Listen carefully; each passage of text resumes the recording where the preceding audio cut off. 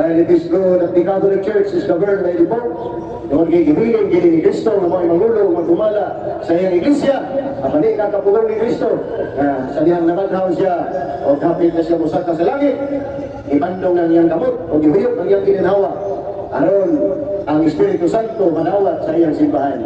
Aron lang maong Espiritu Santo, maong mo pahinumdo, maong mo dumala sa iyang simbahan. Mao na ang nahitabo sa Pentecost Sunday, buhat Kapitulo 2, versikulo 1, ngadto sa 40. Itapat ni Jesus sa usa ka taas nga lawak sa Jerusalem, ang iyang 120 ka mga unang mga pari o mga magtutuon. Narito ang 12 ka pari ni Kristo, si Kristo Pangulong Pari. Mahinungdan nga ang simbahan sa Ginoo, simbahan o gingharian sa mga pari, ini gingharian sa mga pastor, kay kini mga pastor karon, mga sulpot o pasalaan o usaraon ng ilang Biblia. Di King James Version of the Bible, kani 66 version pero hindi sila magkasinabot tungkol kay kining mga protestante, kining mga pastor, mga ministro ni Manalo o gansyano sa seksi ni Jehovah, hindi magkasinabot kay lain-lain sila ang interpretasyon sa Biblia. Wala yung magisterium nila, wala sila yung teaching authority. Di pareha simbahan Katoliko na ang simbahan Katoliko na ay 73 books na Biblia o ang hubad niya na ang magisterium. The teaching authority of the Catholic Church is the ex-cathedra, the office of the Pope, ang opisina sa Santo Papa.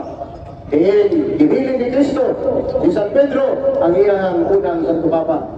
Sumala sa mabasa sa Biblia. San Mateo 16, 18, 19. Ingon Jesus, Pedro, ihatag ko kanimo ang mga Yahweh sa gingharian sa langit. Yahweh means authority. Authority to govern in this world.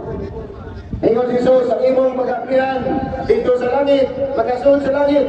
Ang imong pagkasirataan, dili magkasuod sa langit. Kung sa kamo mga dili Katoliko, inyong gidiyaan ang leadership sa unang Santo Papa sa Iglesia Katolika, kaya ibalin mo mga sulpot ng mga founders, delikado inyong kaluwasan. Tungod kay ang kaluwasan, gibili ni Cristo, kato sa iyang simbahan, kato sa iyang Santo Papa, nga maoy, muabli, o musira sa langit. Isaias, Kapitulo 22, versikulo 17-22. Ingon si Propeta Isaias, kantong magkadawat o Yahweh, mahimo siyang balaan nga magbalantay o balaan nga amahan. Ano na ang pagkasanto Papa, balaan nga amahan. Ang magkadawat o Yahweh, mahimo siyang amahan. Kaya sa Genesis Kapitulo 17, si Abraham ginagaan o Yahweh sa Diyos. O giinan, o giusap ang iyang ngalan, giinan siya sa amahan, gikan karon dili na ka si Abraham, o dili si Abraham na. O himoon ko ikaw, namahan sa tanang mga nasod. Maupod ang Santo Papa sa Iglesia Katolika, Isaias 22, 17-22. Ningon si Propeta Isaias, ang makadawat o Yahweh gikan sa amahan sa langit, mahimo siyang amahan sa katawhan, mahinungdan na si San Pedro, nakitagaan ni Cristo o Yahweh, mahimo po siyang amahan o Santo Papa. Kaya mao na ilagda sa Ginoo, nga iyang tagaan o Yahweh, mahimo niyang Pangulo, nga dumala sa iyang iglesia, sa iyang simbahan ng kalibutanan.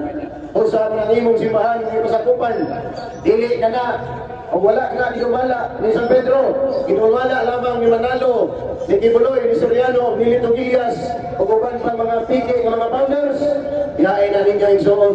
Tungkol kay wala na yung kahong na dihatag ni Cristo, wala na yung otoridad, kita ni Cristo, o kanang-kanan mga sulputra, na magwali ka ninyo Isos, tapuson mo pisos, magwali na sila Cristo, tapuson mo 10%, kana silang tanan mga pastor, mga bebe nila, pastor, burot, membro, wala.